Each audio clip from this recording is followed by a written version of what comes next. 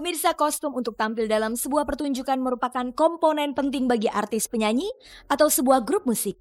Kostum yang menarik akan memberi nilai tambah bagi penampilan artis atau grup musik tersebut di atas pentas.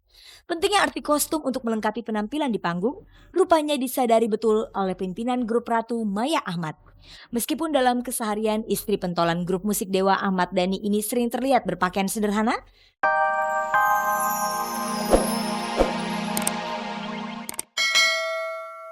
bintang sinetron berdarah Aceh Helmalia Putri adalah satu dari sedikit artis yang jauh dari gosip, terutama yang berhubungan dengan lawan jenisnya. Ia lebih sering terlihat bersama ibunya ketimbang dengan seorang laki-laki, meskipun gadis ini sudah layak memiliki seorang pendamping. Apakah kawalan ketat sang ibu yang membuat ia dijauhi laki-laki, atau memang ada hal lain?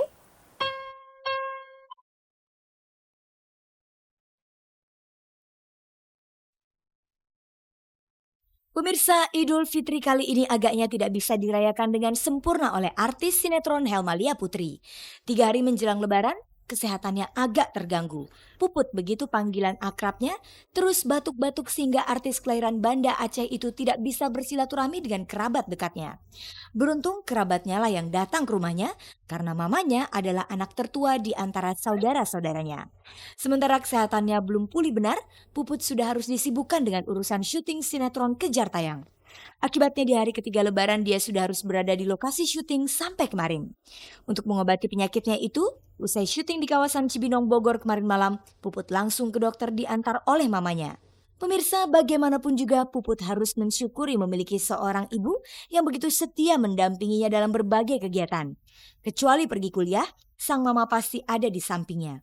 Bagi Puput, mamanya bukan hanya sekedar orang tua, tapi juga teman sekaligus tempat mencurahkan perasaan. Saking seringnya pergi bersama, tidak heran jika mamanya juga sudah dikenal oleh teman-teman dekat maupun kru film.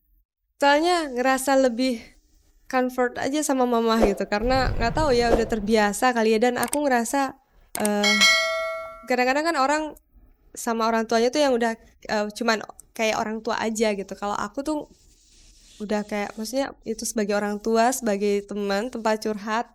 Jadi aku nggak ngerasa bete gitu di sama mama terus, itu enggak gitu. Malah aku ngerasa fun gitu. Bagi banyak orang melihat gadis seusia Puput selalu didampingi orang tua mungkin aneh. Bukankah gadis seusianya lebih pantas jalan bersama seorang pria yang jadi pujaan hatinya ketimbang seorang ibu? Gimana ya? Aku tuh kalau misal suka sama cowok, selalu aku misalnya kasih tahu sama mama, ini cowok gini gini gini gini gini. Terus habis itu mama tuh ya maksudnya lebih ya terserah, kalau memang kamu suka ya udah jalanin aja gitu. Nggak pernah ngelarang yang itu gimana, enggak. Meskipun saat ini mengaku sedang jomblo, tidak berarti Puput jomblo selamanya. Buktinya dia pernah disebut-sebut dekat dengan Okan Cornelius, sesama pemain sinetron yang berencana menikah dengan Donna Agnesia. Namun kemarin Puput membantah kabar itu. Baginya Okan hanya teman biasa, sehingga dengan siapapun Okan berhubungan bukan masalah baginya. Aku sama dia tuh itu kan teman gitu, nggak ada yang maksudnya hubungan spesial banget, itu kan enggak gitu. Jadi ya nggak apa-apa gitu.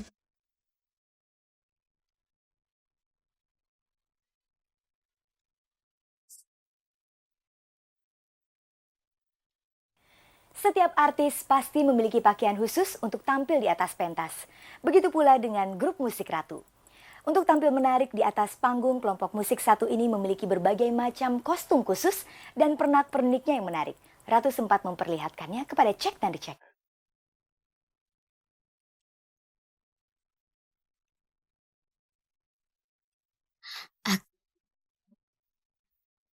Pemirsa, kostum untuk tampil dalam sebuah pertunjukan merupakan komponen penting bagi artis penyanyi atau sebuah grup musik. Kostum yang menarik akan memberi nilai tambah bagi penampilan artis atau grup musik tersebut di atas pentas. Pentingnya arti kostum untuk melengkapi penampilan di panggung, rupanya disadari betul oleh pimpinan grup Ratu Maya Ahmad. Meskipun dalam keseharian istri pentolan grup musik Dewa Ahmad Dhani ini sering terlihat berpakaian sederhana, di pentas lain lagi. Untuk itu Maya dan rekanannya di Ratu Mulan Kwok memiliki kostum khusus untuk tampil di panggung. Sebelum tampil di depan publik Surabaya dalam konser Salam Lebaran 6 November 2005 kemarin, Maya sempat memperlihatkan kostum yang akan dipakainya untuk tampil beberapa saat lagi. Menurut Maya, apapun kostum yang dipakai, sebuah borgol yang diberi rantai sepanjang 30 cm wajib dipakai. Properti yang paling aku sering pakai adalah borgol ini loh. Selalu kewajiban aku memakai ini karena emang susah mencari yang ini. Jatuh rantainya. Terus juga berhubung mainnya juga bukan di kafe atau mungkin berhubung mainnya di lapangan terbuka, jadi bajunya agak nyantai. Ini sepatu botnya. Aduh, itu dah pokoknya sepatu botnya. Jadi nanti tunggu aja ya dan nanti. Penampilan grup Ratu sendiri dalam konser Salam Lebaran di Surabaya tanggal 6 November 2005 kemarin mendapat sambutan meriah dari penonton. Gaya Mulan Kuok dan Maya Ahmad yang cukup atraktif di panggung membuat sebagian besar penonton histeris. Bahkan pagar pembatas antara penonton dengan panggung sempat jebol, sehingga beberapa penonton di bagian depan terluka ringan. Sebelum pertunjukan, Maya Ahmad yang berasal dari Surabaya mengaku sudah memahami karakter penonton di sana, sehingga dia tidak kaget kalau ada insiden dalam pementasan musik. Surabaya itu tidak pernah basa-basi untuk tidak mengungkapkan sesuatu. Kalau jelek mereka akan lempar, itu aja. Awalnya deg-degan gitu sebelum naik panggung, wah gimana nih, takut nih. Udah gitu lagu kita kan bukan yang garang-garang juga kan.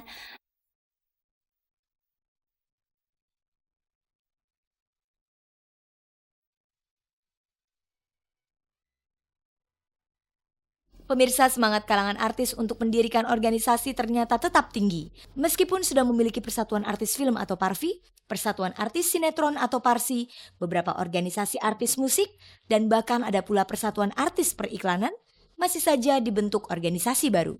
Kemarin kalangan artis musik, film, dan sinetron mendeklarasikan berdirinya Perlindungan Hak Artis Pelaku Pertunjukan Indonesia atau PERHAPI.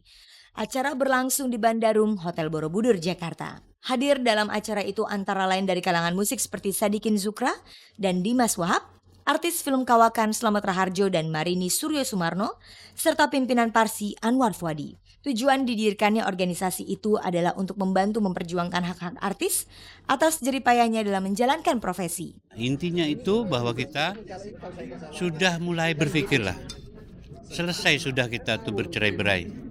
Mari kita bersatu, karena kita tuh lemah tuh karena kita bercerai-berai. Judulnya aja PERHAPI kan, itu singkatan dari Perlindungan Hak Artis Pelaku Pertunjukan Indonesia. Nah, jadi memperjuangkan hak-hak para artis kita. Akan terjadi kerjasama yang baik antara produser dan artis. Jadi sama-sama diuntungkan lah.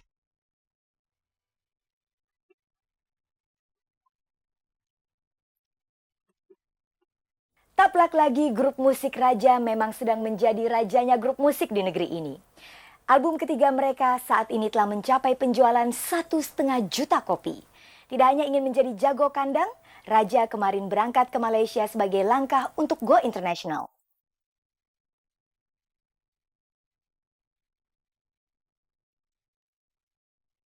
Pemirsa, grup musik paling digemari di Indonesia saat ini, Raja, membuktikan bukan sekedar jago kandang. Raja juga punya tempat di hati penggemar musik mancanegara, setidaknya di negeri jiran Malaysia. Senin 7 November 2005 kemarin, para personel grup musik ini terlihat di Bandara Soekarno-Hatta untuk terbang ke Malaysia. Selain ingin menemui penggemar, tujuan ke negeri jiran itu adalah untuk menunjang pemasaran album Raja Langkah Baru yang baru beredar di Malaysia. Rencananya mereka akan berada di Malaysia selama 10 hari. Bagi grup musik yang beranggotakan vokalis Ian Kasela, pemetik bass Indra, gitaris Molly dan drummer Seno itu, keberangkatan ke Malaysia merupakan langkah awal. Dari sana Raja akan mengembangkan sayapnya ke negara-negara lain, terutama di kawasan Asia. Kita berharap mudah-mudahan kita selanjutnya bisa diterima sama masyarakat juga. Amin. Amin. Terus mungkin bisa lebih expand ke negara-negara lain. Iya, bisa lebih meluas lah ke dunia. Harapan kita Malaysia adalah pintu pertama dan ngebuka untuk pintu yang lainnya. Pemirsa, banyak pemusik dari dunia ketiga yang meninggalkan bahasa ibu mereka untuk berkiprah di dunia internasional. Apalagi yang digunakan kalau bukan bahasa Inggris. Tapi Raja tidak mau ikut-ikutan. Grup musik yang telah menikmati hasil penjualan 1,5 juta kopi album ketiga ini bertekad untuk menggunakan bahasa Indonesia untuk seterusnya. Kenapa Inggris bisa diterima di Indonesia. Bahasa Inggris bule gitu liriknya bisa terima. Kenapa Indonesia juga enggak gitu. Harusnya kita orang Indonesia harus bangga dengan tanah lahir kita di sini. Jadi emang sebenarnya sih bukan konsep ya. Jadi dari kitanya sih maunya musik ala raja untuk bisa nggak diterima di luar. Iya, kita mau Seperti itu. ngetes. Pemirsa, sukses yang diraih Raja.